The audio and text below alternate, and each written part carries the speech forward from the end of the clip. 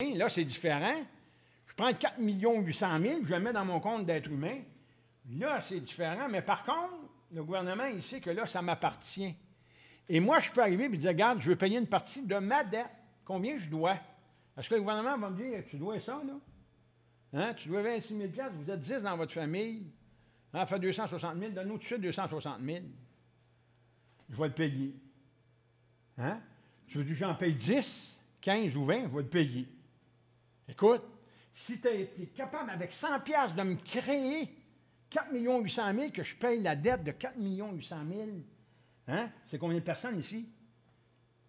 Alors, je vais en faire d'autres. Je vais continuer à payer vos dettes. Pas compliqué. On paye des dettes. Alors pourquoi est-ce que les gens perdent leur maison? Parce que ça ne leur appartient pas, puis ils ne le perdent pas. Ils ne perdent pas leur maison. Le gouvernement ne fait que reprendre l'administration. Le gouvernement ne vous dit pas que vous n'avez pas le droit de propriété en vertu de l'article 911 du Code civil du Québec, puis en vertu de l'article 905 aussi du Code civil. Toutes les maisons appartiennent au gouvernement? Tout appartient au gouvernement ici. Tout. Même que je me demande si les pays communistes, en Chine, c'est pas comme ça. Parce qu'en Chine, ils fonctionnent avec de l'argent fiduciaire. L'argent fiduciaire, n'oubliez pas que ça appartient à l'être humain. Sur vos billets de banque que vous avez dans vos poches, c'est à vous. Ça, par exemple, ça vous appartient. L'argent scriptural, ça ne vous appartient pas. L'or, si tu l'achètes avec de l'argent fiduciaire, ça vous appartient. Mais ça m'étonnerait que tu es capable d'acheter de l'or avec de l'argent scriptural, par exemple. L'argent scriptural, on l'a créé comme ça. C'est ça. Avec ça, on crée de l'argent scriptural.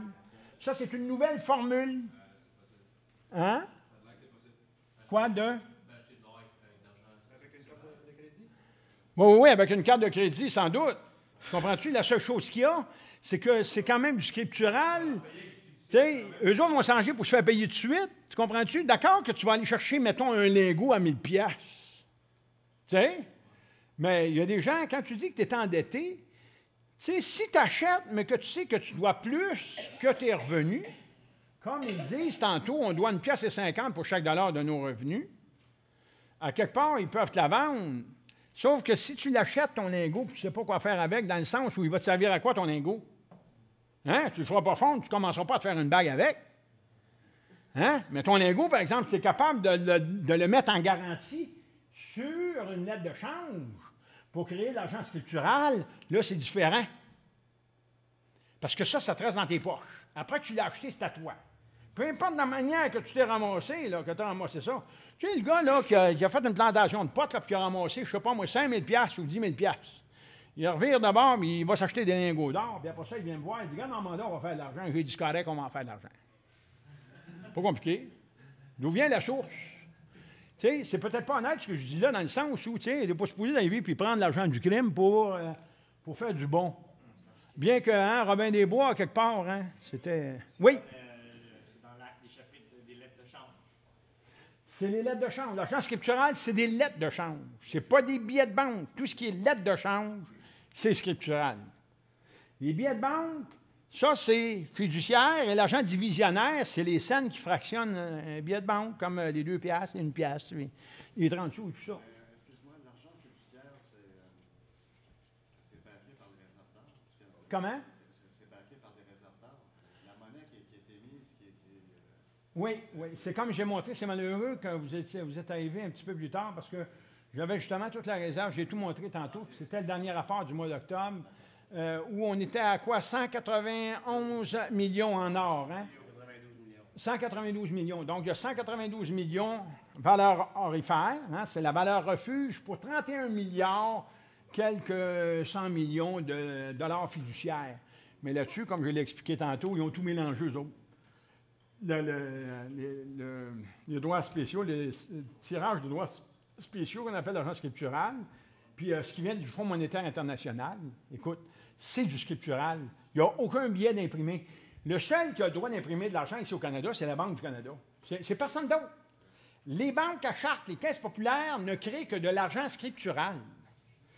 Donc, tu as raison d'une certaine façon de dire, regarde, en argent scriptural, je vais acheter de l'or.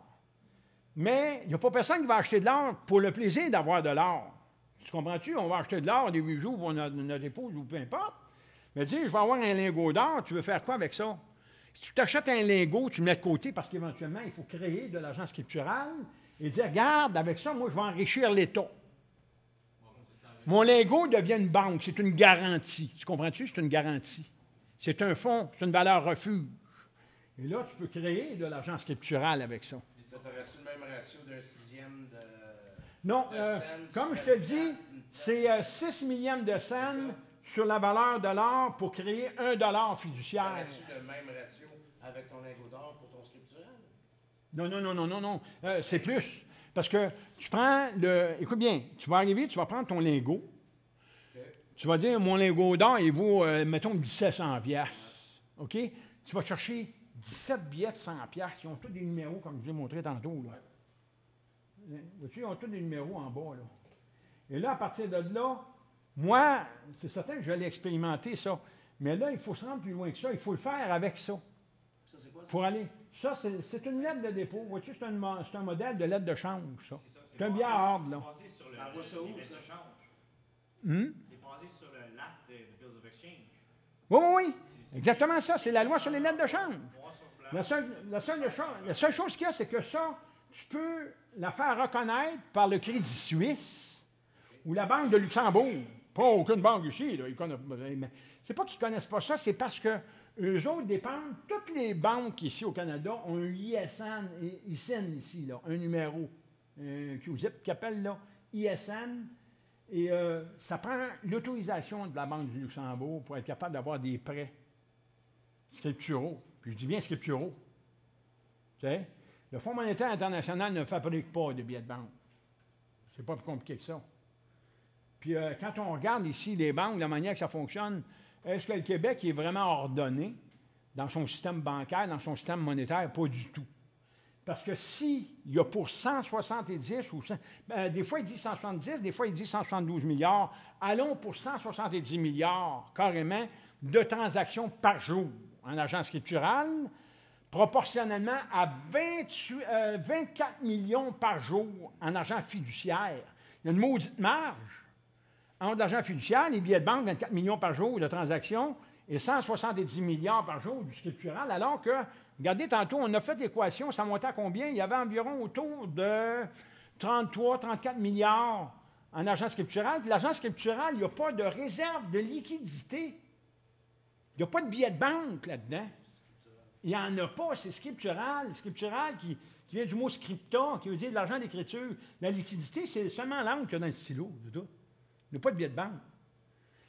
Ça, c'est chatouilleux, ça, pour le système, pour les gens qui sont endettés et qui veulent se sortir d'une dette.